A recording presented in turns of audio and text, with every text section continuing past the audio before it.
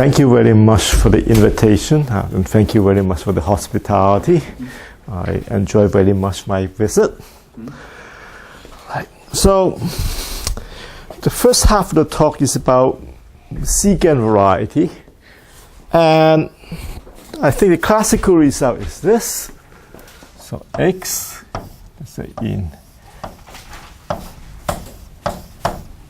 Pn, smooth curve, smooth irreducible curve. Yeah.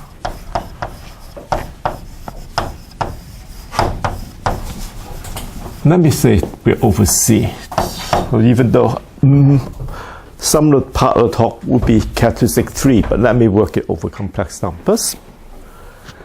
And now, so one of the classical ways to study the curve, I think, is regularity. And going back to Casanova, one studies the regularity by projecting the curve to lower dimensional projective space. And one would pick up some singularity, and this is usually coming from the secant lines or secant linear subspaces of X. And I think maybe the most classical result is just simply saying that let me pick up some notation. So let me say, so that's sigma 3 of X. See? So this is the classical trisecant lemma. So this is the set of all the line.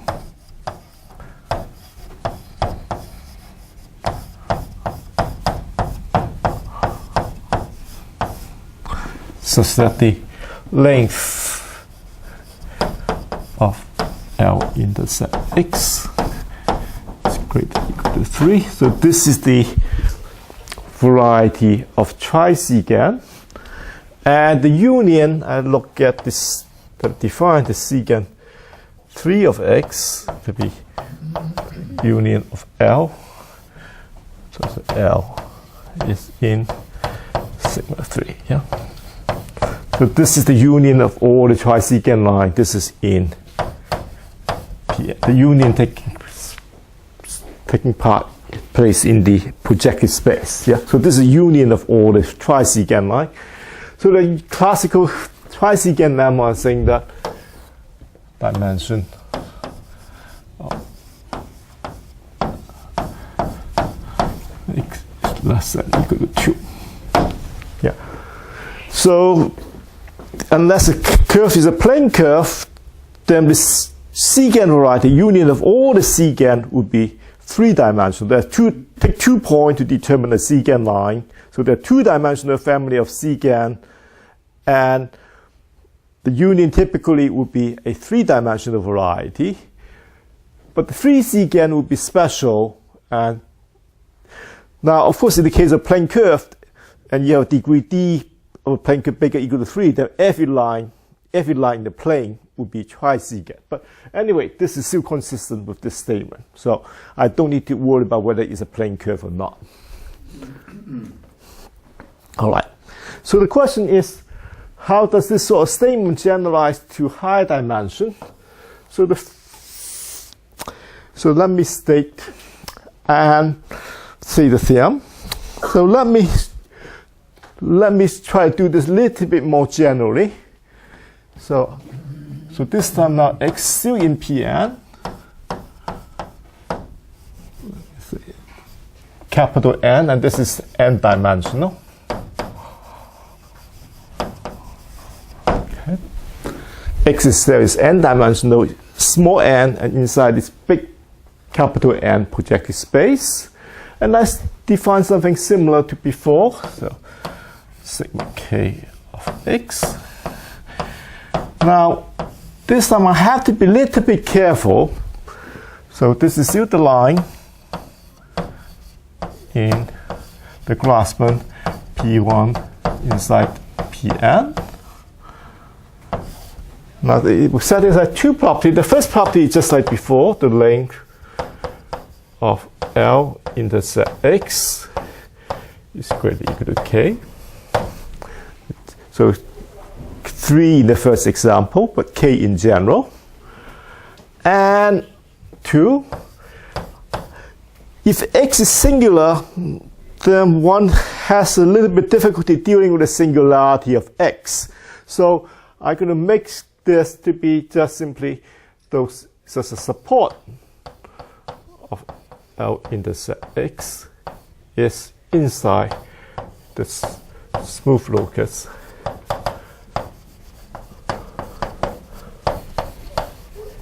of X. Okay, so the term I think is make easy to understand what a secant line and things like this. So this is smooth, and so the calculation will be fairly simple. Yeah, locally this is defined by n minus n equation at a smooth point, and you just restrict those equations to the line, define a zero-dimensional closed-up scheme on the line, and that would be the structure. And I define this open part of the secant k of x. It's just like before, union of L in sigma k of x and L. Now let me call this not. So this may not be a closed-up set. This is typically would be some sort of locally closed, maybe even constructible subset. But anyway, this is what we have. And so the question is to understand the dimension of this variety. So this is how many, so these are so-called good case secant, yeah? And I want to ask, what is the bound on the dimension of this? This would be analogous to the trisecant lemma. So in the case X is smooth, then you see this hypothesis is become unnecessary, yeah? So it's just simply been case secant line. So, but to prove turned out to be easier if I think about also the singular case.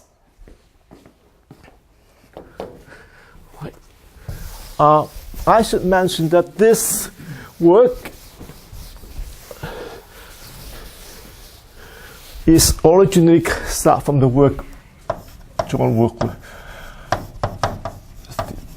Nelly, Paul, myself, Lysacell, and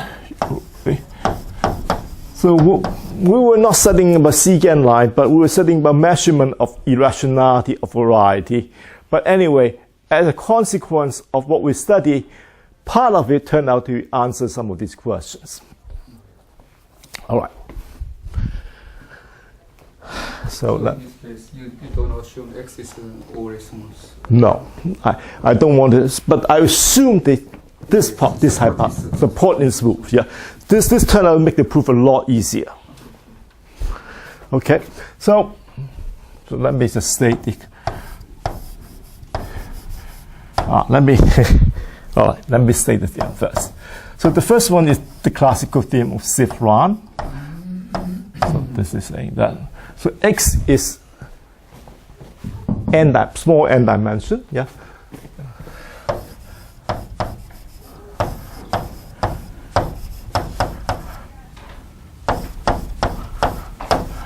Less than equal to n plus 1. If you set n equal to 1, the case X is a curve, this is precisely the classical trisecant lemma. Yeah?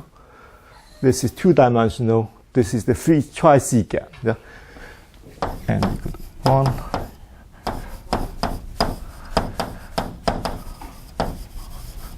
So this is a work of Sif-Rahn. I think it appeared in Invenciones about in the early 90s. And second piece of work is, well, I say a bit more general than that, but anyway, fine, don't worry about it. The hasty.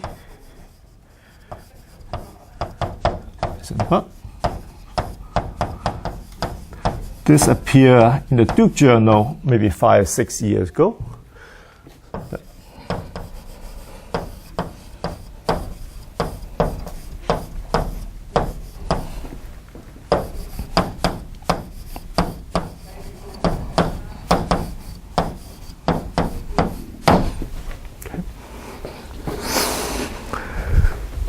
And if you set k equal to n plus 2, you will recover this result.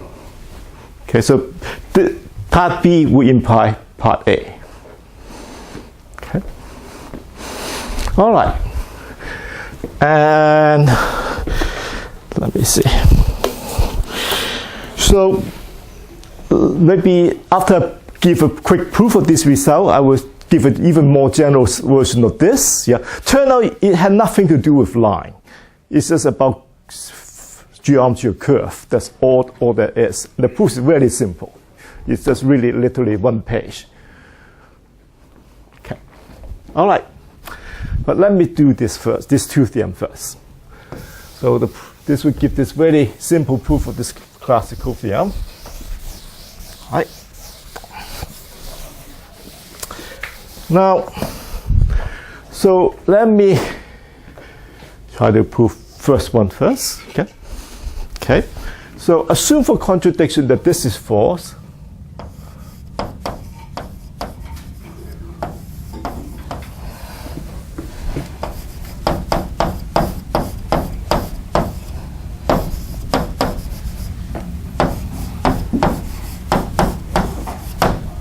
For contradiction, yeah.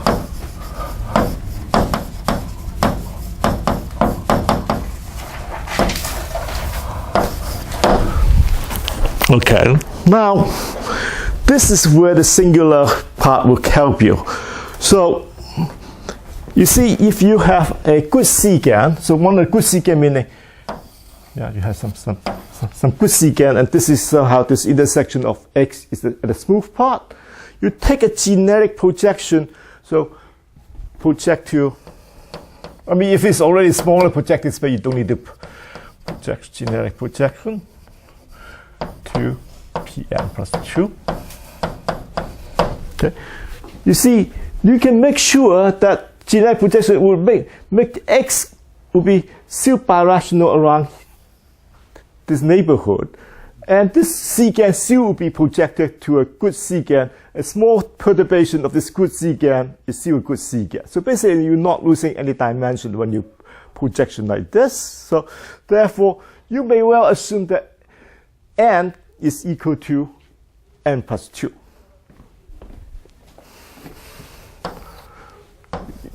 Reduce to the case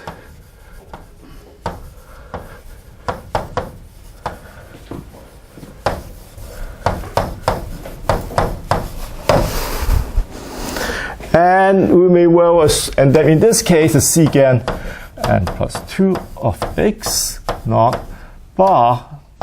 Suppose this is equal bigger than n plus 2 dimension, then this is equal to whole Pn plus 2. Okay. And I want to get we'll get a contradiction out of this statement. Yeah, we'll get a contradiction.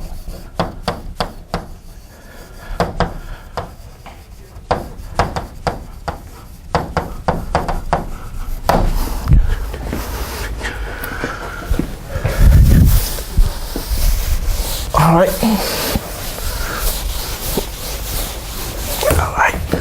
So anyway, if there's too many this sort of case secant, then we can find a, let me see, then we can find a locally closed variety.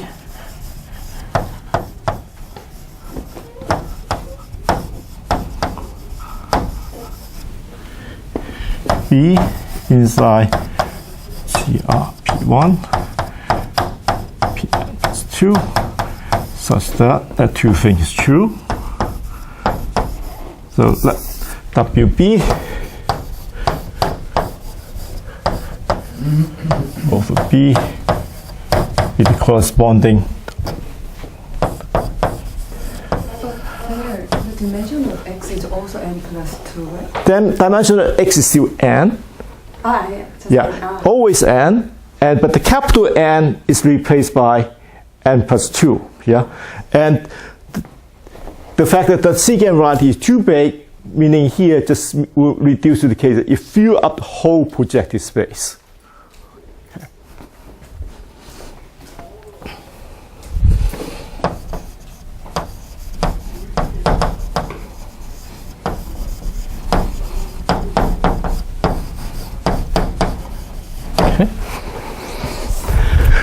And then you have this map mu B, mu to projective space. When this guy is just sitting inside Pn plus 2 cross B. Okay, this is universal family of line. Yeah, the fiber here is just the line inside Pn plus 2. And I want that one dimensional B is n plus 1 dimensional. So this is, if this is n plus 1 dimensional, this is n plus 2 dimensional. And basically, I'm going to choose the sigma B to be inside the sigma n plus 2 of x. Okay. And this is an n plus 2 dimensional thing. I mean, this may have many components. I would choose a good component and I cut it by hyperplane, cut it down to exactly dimension n plus 1. And like if you're choosing a little bit carefully, then this map mu here is still dominant. And since I just can go to some locally close-up set, I can also assume B is smooth.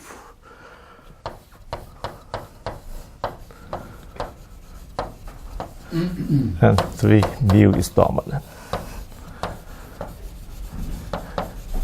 Okay, so I can make all those assumptions. Now, so from this, I want to derive a contradiction out of the picture. Now, the idea is come from higher dimensional birational geometry. You may have heard, I mean, the birational geometry, you have all this crazy terminology, like log terminal, Kawabata log terminal, etc. But they all measuring the ramification divisor of this map. Okay, so I studied the ramification of this map. So what is the ramification divisor of mu? So this is so-called relative canonical divisor, Kw over Pn plus 2. Okay, so this is since B is smooth, this is a line, so this is also smooth. This is smooth of dimension n plus 2. This is smooth of dimension n plus 2. This map is dominant, so this map is a generically finite map.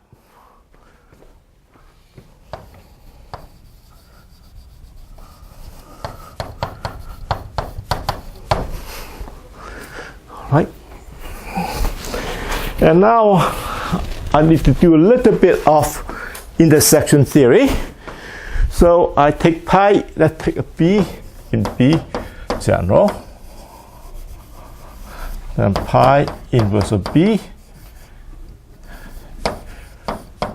line LB, line.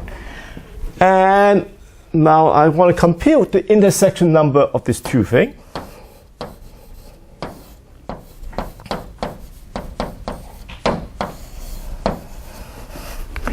This dot here just means the intersection number. So you have divisor in a curve. The intersection number will be some zero cycle. So I want to count number of points. Well, this is equal k dot w dot LB. That's very easy to compute because this is a P1 bundle, so the normal bundle of the line of this vibration is trivial, and the canonical bundle of the P1 is minus 2. So therefore, by adjunction formula, this number is minus 2. The second part is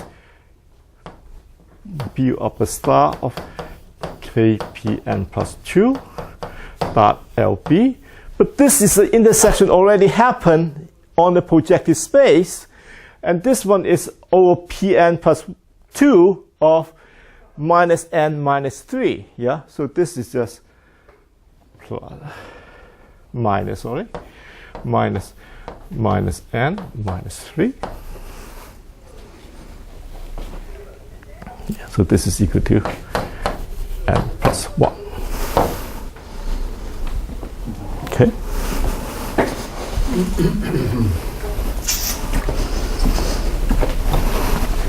The point is that the line map isomorphically to a copy inside the projective space. Yeah.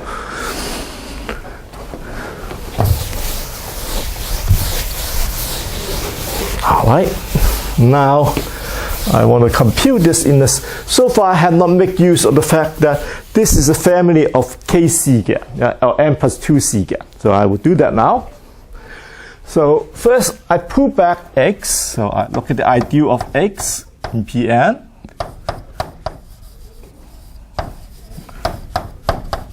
plus 2. I put this up, that with O of W.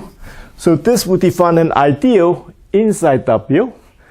And this would divide into two pieces. One part is divisor and other part is high codimension. So this is W is a smooth variety. I can write this as OW of minus E, but with IC, where E is effective divisor. And this codimension of C is equal to 2. Okay, you have this ideal. This is locally defined by a single equation. You just factor the common factor out, just using the fact that local ring at every point on W is a unique factorization domain. So you can factor out the common factor. All right. Now, E split into two pieces. E plus E prime. With the property that E, every component of E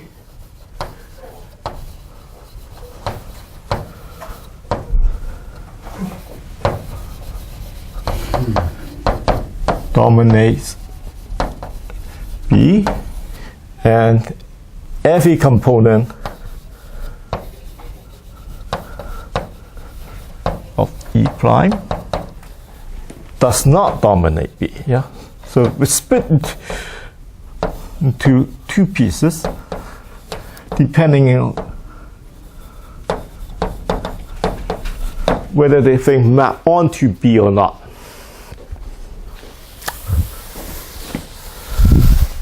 Okay.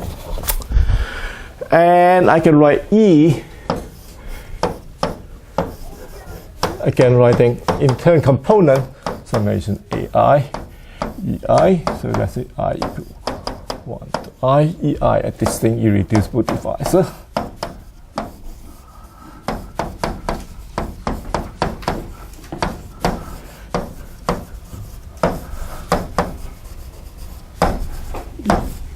W. Okay. Now, this divisor that with a line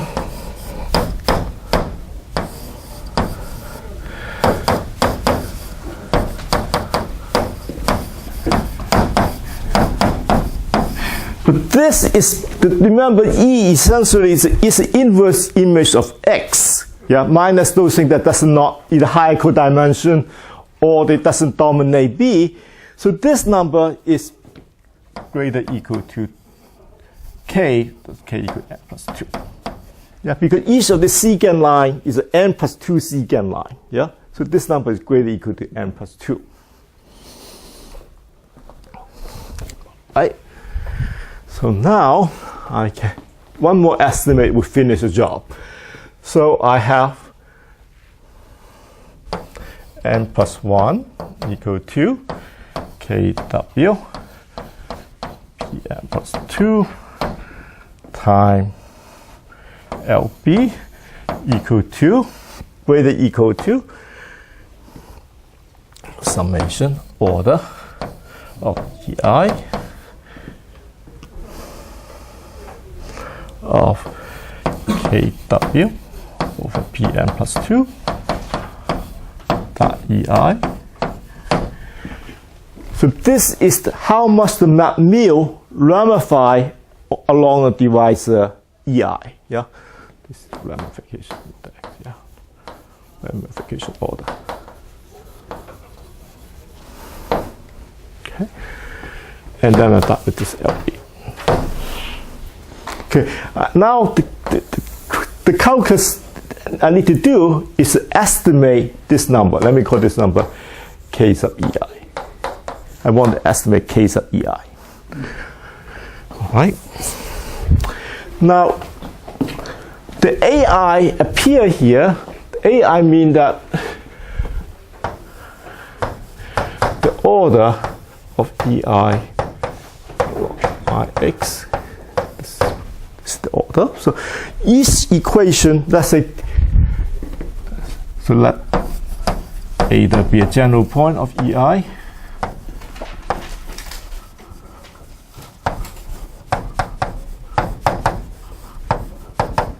and let's say let T be the local equation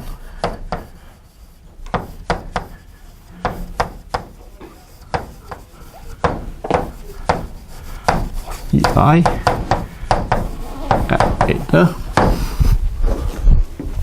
Okay, so that means the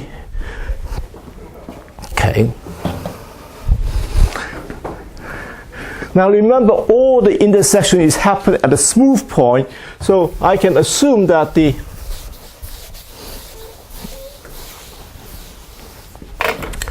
mu of A eta equal to tau is in the smooth part of X. Okay, this is an n-dimensional variety inside Pn plus 2. Okay.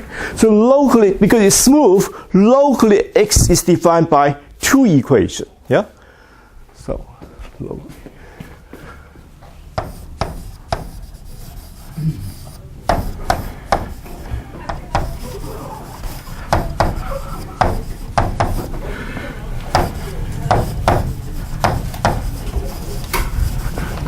F1 and F2. Okay, and because it's smooth, I can complete this, it become a basis of omega 1x. So you can find.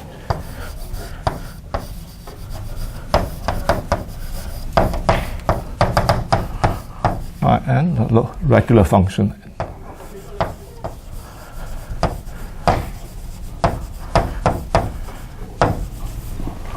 Pn plus 2, such that df1, df2, dy1, dyn is a local basis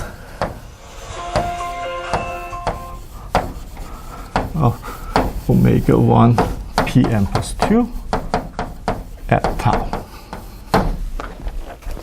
Okay, this is a locally free module, and X is smooth. This is a two local parameter, and I can complete this into a basis of the omega 1 at that point. All right, now I let say beta to be this wedge product. So this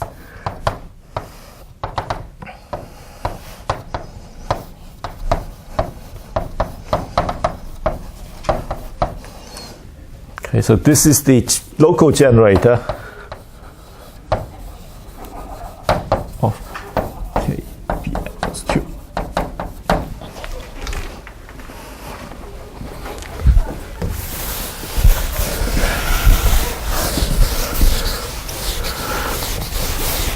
Right. Now I compute. So F1 pull out is equal, because the order of the ideal EI is equal to AI, so this is equal to T to the AI times some function UI. Yeah. So this is just simply saying that every function in ideal of X values should at least order AI along EI. Yeah.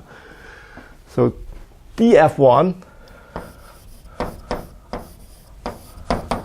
is AI T to the AI minus 1 dt UI dt plus T to the AI dui say I equal 1 and 2. Yeah. Okay. And I have all the other stuff. Yeah, I don't care. So that.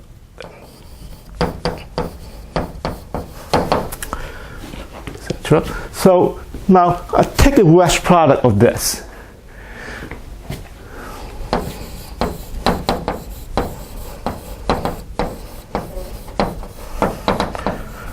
This is just a very rough estimate. So I look at this. Then this, you see, the good thing is that dt wedge dt is 0. Yeah? So this number therefore is at least t to the 2ai plus minus 1 times some function g times, say, omega. Omega is a generator, local generator of kw. Okay. All right. So this means that the ramification index is at least 2ai minus 1. So ki, k of ei, is greater or equal to 2ai minus 1.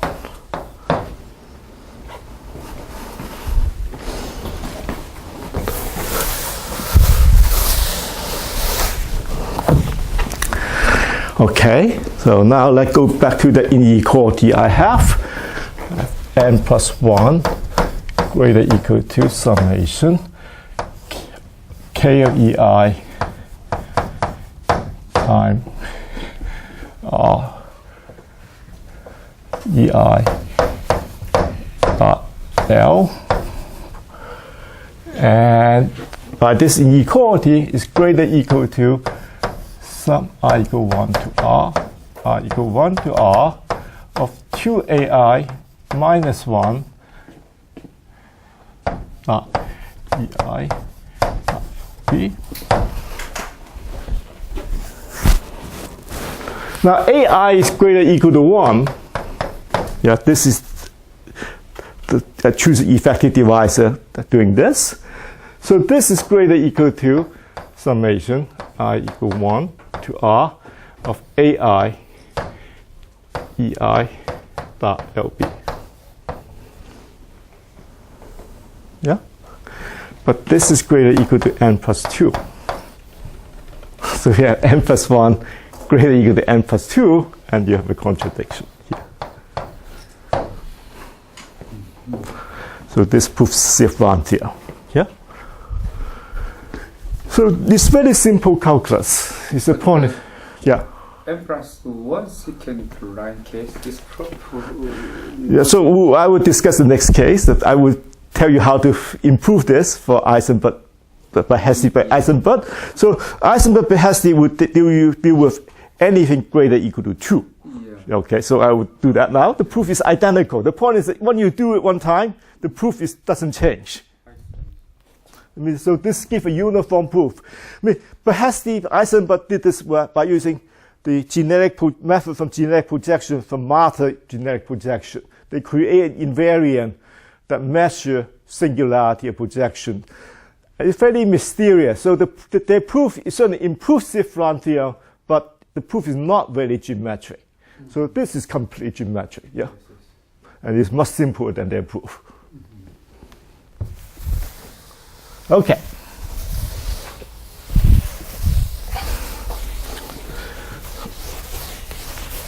But anyway, at the end, I'll tell you it had nothing to do with genetic projection also. So, all right, so second part. This is the theorem of Heisenberg-Behesty. So here they say the dimension of k x naught is less than equal to n plus n over k minus 1 plus 1.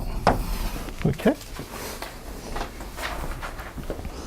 So let me set t equal to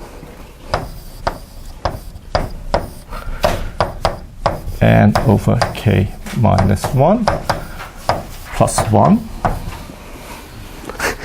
And at the end, the contradiction comes from the following thing. This implies t is greater than n over k minus 1. Yeah?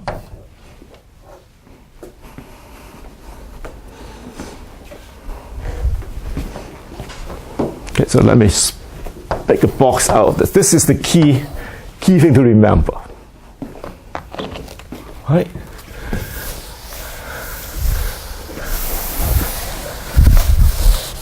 So just like the proof of Rahn theorem, so if you assume that dimension of secant of k x naught is greater than So this is become n plus t, yeah? So suppose this is for contradiction.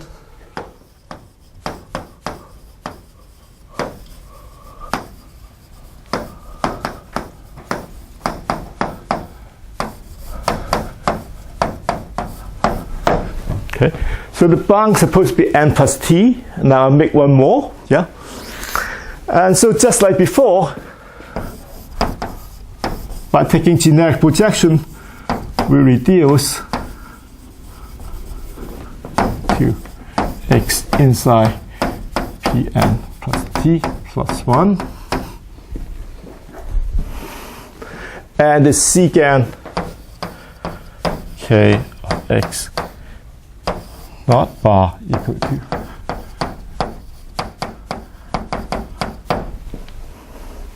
right. Do exactly as before. You find this B, a locally closed variety inside GRP1 in Pn plus t plus 1, and this is W, and the same picture. This is dimension n plus t, this dimension n plus t plus 1, and this map is generic finite.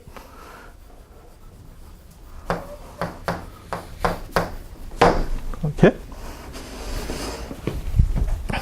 So the calculation is identical to before, and this time, as before, I'm going to compute the ramification divisor.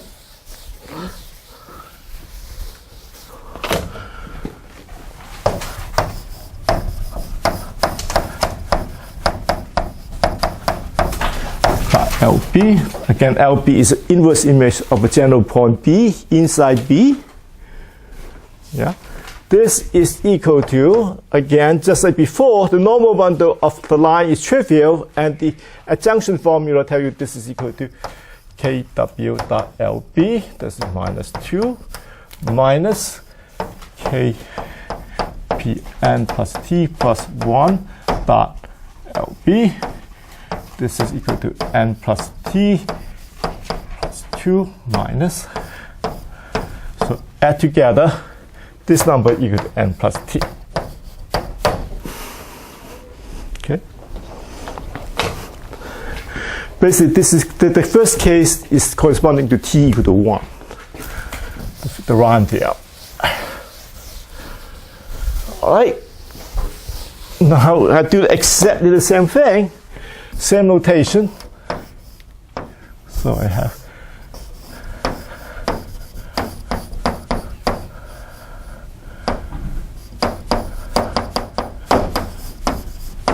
n plus t. Sorry, but I think the dimension of B could be larger than n. Could be larger, but I cut it by hyperplane until it becomes exactly that number. You see, the point is this. You take a x here. Mu, remember this guy is sitting inside, the universal family is sitting inside Grassmann clause, the projective space, yeah? So the fiber, therefore, is a subvariety inside the Grassmann. When you cut by hyperplane, you just go down by one dimension.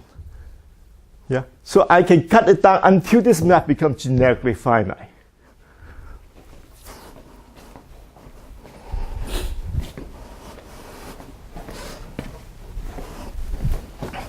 Okay. So you reduce it To the case. I reduce the sigma until the sigma is just only of dimension exactly n plus t. But originally I take the whole sigma. Then this is too big usually, yeah? But I just want the map to be dominant. I can cut the hyperplane until the fiber becomes finite generically. Yeah, okay?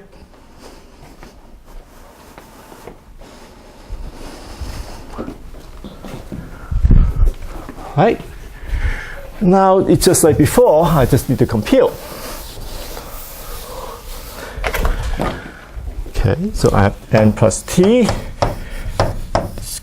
greater equal to, just like before, summation k of ei dot LB. I again have to estimate what is this k of ei. Yeah, this is the order of kw t plus 1 along ei, and I know the order of ei of ix is equal to ai. Yeah, again, ix is essentially O of minus summation ai ei. I mean, there are other parts, but other part will not contribute to this computation.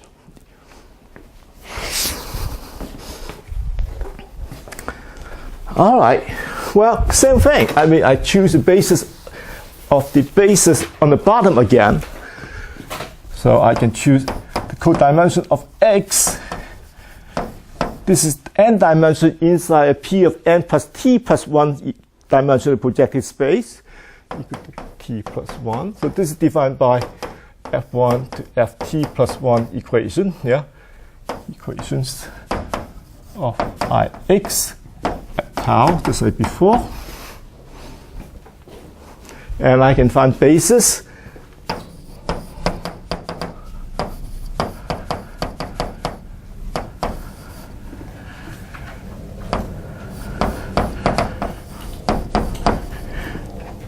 So this is the basis of local basis of K.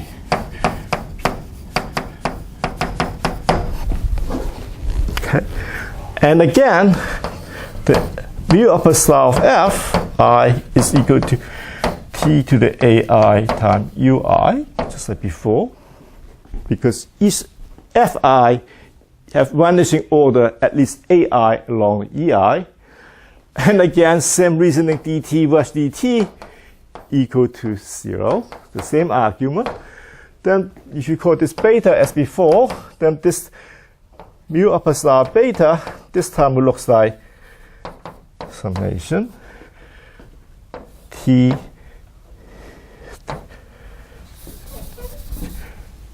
summation I equal 1 to there are too many t, sorry. Okay, let me use a local equation of ei is c or something like that. Okay,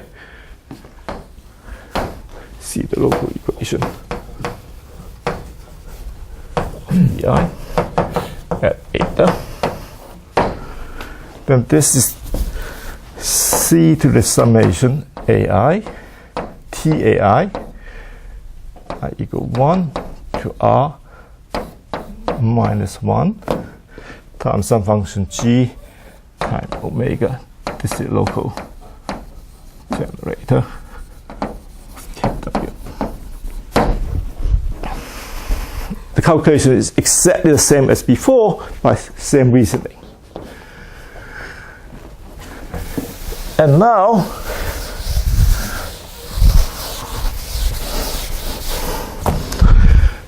then we do this calculation.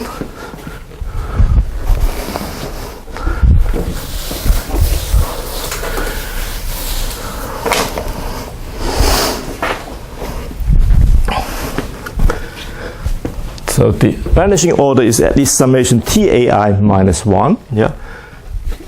So same kei ti. Sorry, there's no sum, just simply this. Tai minus 1. So this is summation greater equal to sum of tai, or t plus 1 ai, the t plus 1 equation.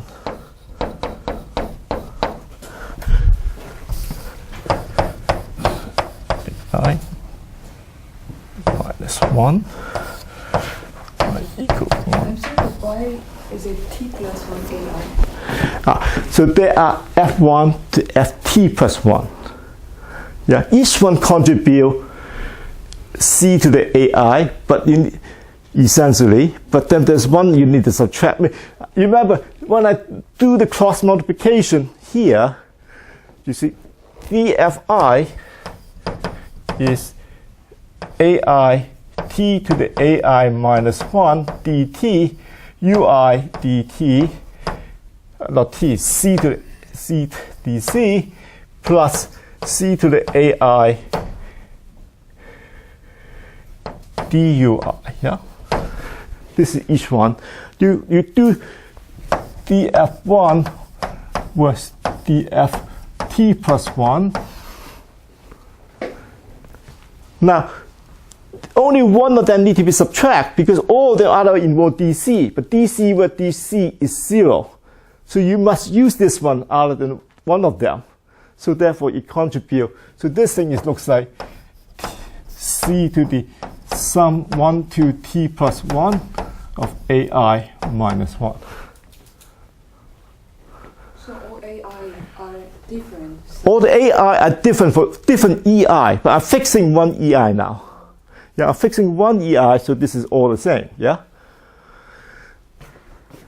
Okay. But again, just like before, ei dot L, this is greater than or equal to sum of TAI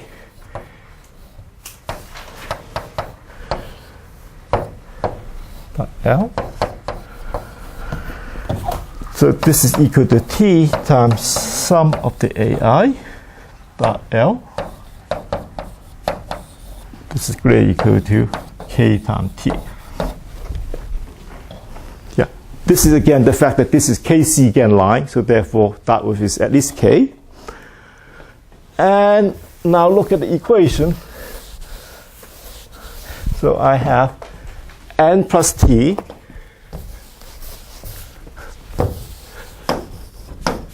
greater than or equal to kt. Okay, I've moved them around, so I have n is greater than or equal to t times k minus 1. So therefore t is less than or equal to n over k minus 1. Yeah. But remember, I boxed something here. The box say that t is greater than n over k minus 1. Yeah. So this gets a contradiction. So this proves the asymptotic by asymptotic theorem. Okay. And let me not worrying about stating the most general result. The whole point is that maybe I should just concentrate, not worry about. It's till 4 o'clock, yeah. So maybe let me do the other one. Let me forget about asymptotic syzygies. Let me do the other one. Yeah. Okay. Other way. Yeah. And let me keep going on top of secant and not worry about asymptotic syzygies. Okay. So let me state the more general theorem. This is now go beyond the known result, but this is what the geometry tell you. The geometry tell you is not so much this thing aligns. What is important is that we have a family of smooth curve. That's all the calculation involved. So let me state the theorem, more a generalization of this. It has this asymptotic theorem. So I look at H, D, G, and this is inside the Hilbert scheme of D, G, N. N here I mean Pn, yeah. This is degree D genus G curve, yeah. This is the degree of curve. It's D chi of OC is equal to 1 minus G, and this is C is in Pn. So I look at the Hilbert scheme of this thing.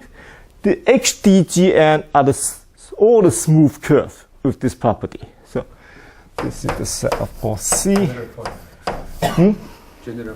General point. I mean, there may be bad component of the Hilbert scheme. Maybe every curve is bad. Yeah.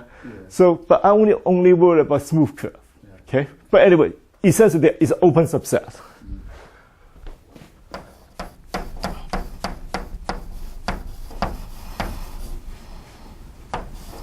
With this, so that's a C is irreducible and smooth. degree D, and genus G. Okay. All right.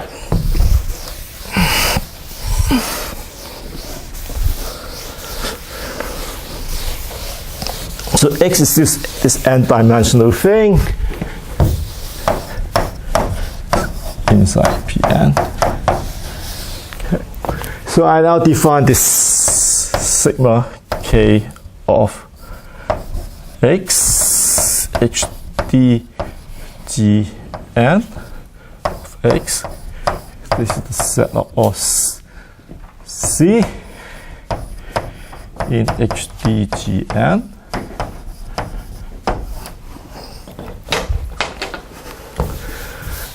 So that's that one. The length of X intersect C is greater or equal to K. 2. Support of X intersect C is inside X smooth, just like before. Yeah. And I can define the secant K. This is this curve.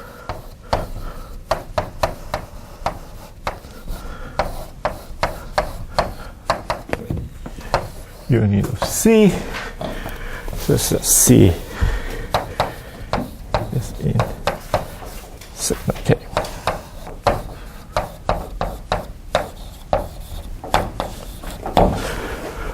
Okay.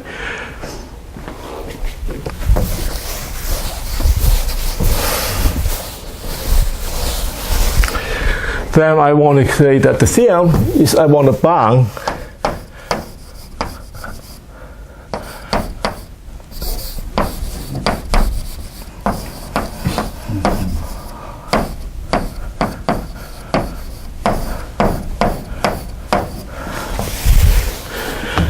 is less than or equal to, let me write that down.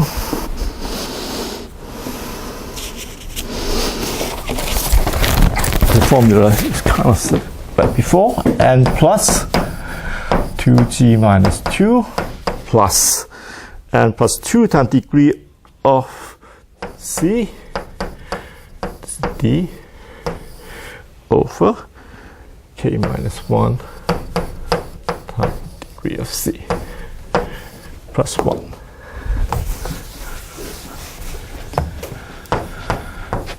Basically, you see, if you set G equal to 0, you get ND, and D equal to 1 because the degree of the curve is 1. Yeah.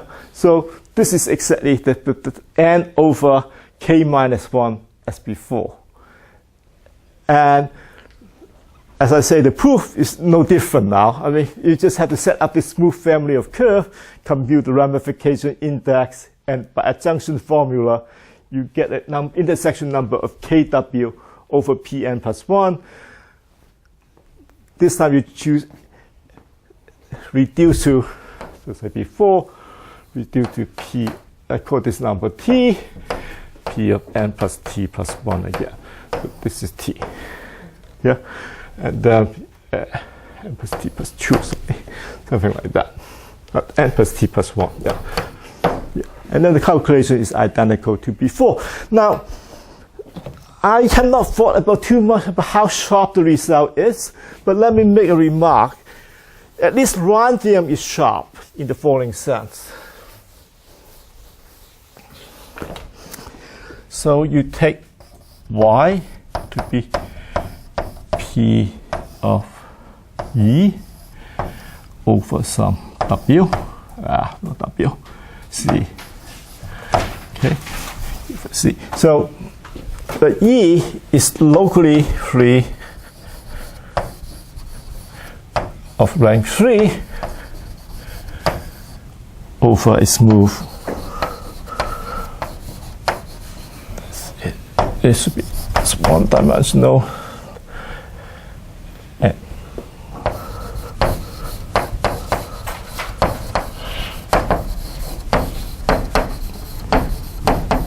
So take this scroll, and you take X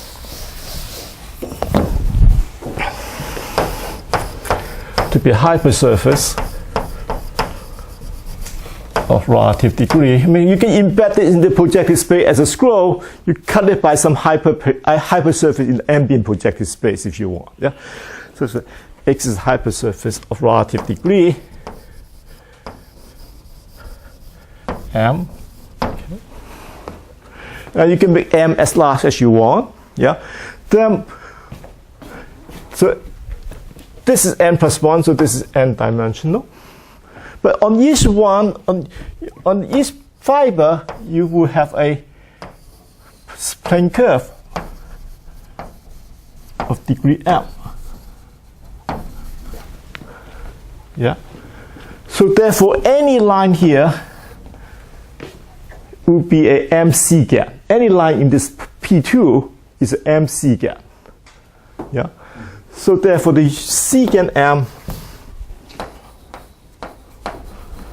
of x is precisely equal to n plus 1. Yeah, so this is this Siffran bound. So n plus 2 secant, but in fact, you can make this m to be n plus a million. It's still the same bound. You cannot improve it. Yeah, you make it even higher secant, it doesn't. You cannot improve the bound from n plus 1. This example will show. Yeah, maybe this is the only kind of example, but anyway, at least there are some example where the n plus 1 bound actually achieve, and this doesn't depend on the secant being n plus 2 secant. You can make this m to be arbitrarily large, and it's still the case. Yeah, you take a scroll inside the big projective space, and this is a P2 scroll, and then take a family of plane curve basically coming from this scroll, and you look at the secant variety. Yeah, and the secant variety will be something looks like this. Yeah. I mean, what this proves is that the dimension of the secant is at least n plus 1. But the theorem says that it's at most n plus 1. So therefore, therefore it's exactly n plus 1. Yeah. So you cannot improve this by much. Now, the other thing to notice is that the proof, you can see in my proof of getting all this inequality, I'm really loose. I mean, I really did not worry about the estimate too sharp at all. So if you try to make it sharp, then you will start seeing geometry. I mean, so the AI has to be 1. Otherwise, because I'm replacing the AI minus 1 by a 0. Yeah. So AI has to be 1. Otherwise, so the ramification index has to be 1. Second, each of the EI has to be mapped onto X. If you map into smaller than X, you can see the ramification index is higher. And so anyway, so what I'm saying is that potentially one has some chance to understand the boundary example. Yeah, so the geometry. So somehow the proof is much more geometric than before, and therefore you will have reason to believe you have better control than before. Yeah. Anyway, so this is the picture. As I said, this is not our original motivation of studying this, but this is a byproduct of this study of irrationality. Yeah. Okay. Do you have some application? Well, the application is what we prove is this. The application at the end for our theorem is something like this. So the theorem we prove. And indeed, it is a consequence of this kind of calculation. So, x in p plus 1. This is n, a very general hypersurface of degree d greater than 2n plus 1. So like on P3, this is n equal to 2, you're starting from degree phi hypersurface on P3. Yeah. Okay. So you look at the function field of X, and you want to ask how this function field, how far is different from a purely transcendental extension. Yeah, so you find some transcendent basis.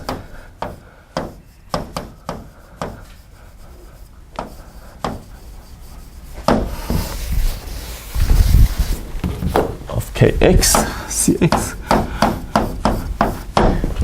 And you call this degree C.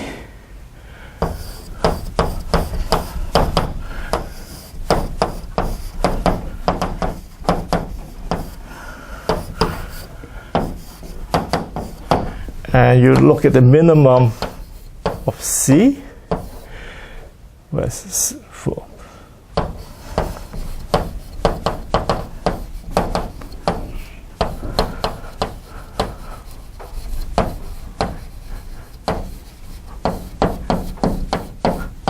So this is geometrically, this is the smallest degree map.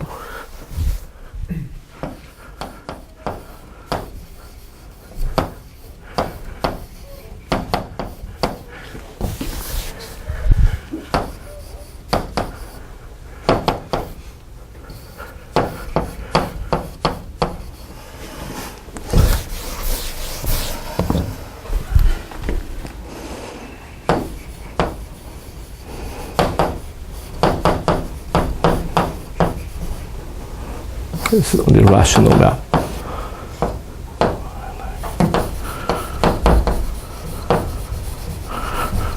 Okay. So this is the same thing. So this is a measurement of how irrational the variety is. So the theorem is that, I call this number irrationality of X. So the theorem is that the irrationality of X is exactly d minus 1. So this is gotten by with a geometric construction. You take a point on the projective. So you, for instance, you take a plane curve. Yeah, this is classical theorem of Noether is the case of plane curve, and you can project from this point. Yeah, and this is degree d minus 1 map, and you can do it for hypersurface as well. And the geometry, how they relate to the Secant variety, is that what you can prove is that this map, if you this map phi, if phi is small enough, the degree of phi is small enough, then you have phi x to Pn, and you take a general point P here, then the phi inverse of P will be some collection of points. This collection of points will be lying on the line. Yeah, it's lying.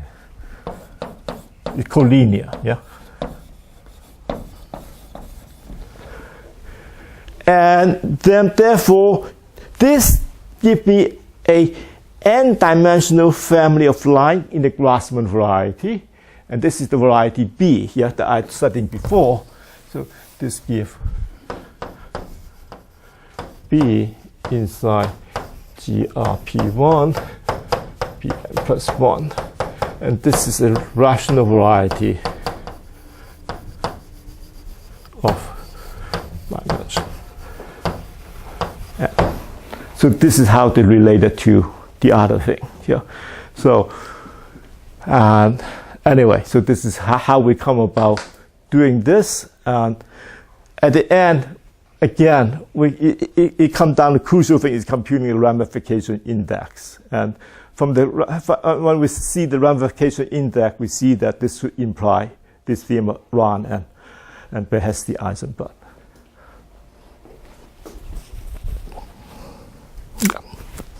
Okay, let me stop here.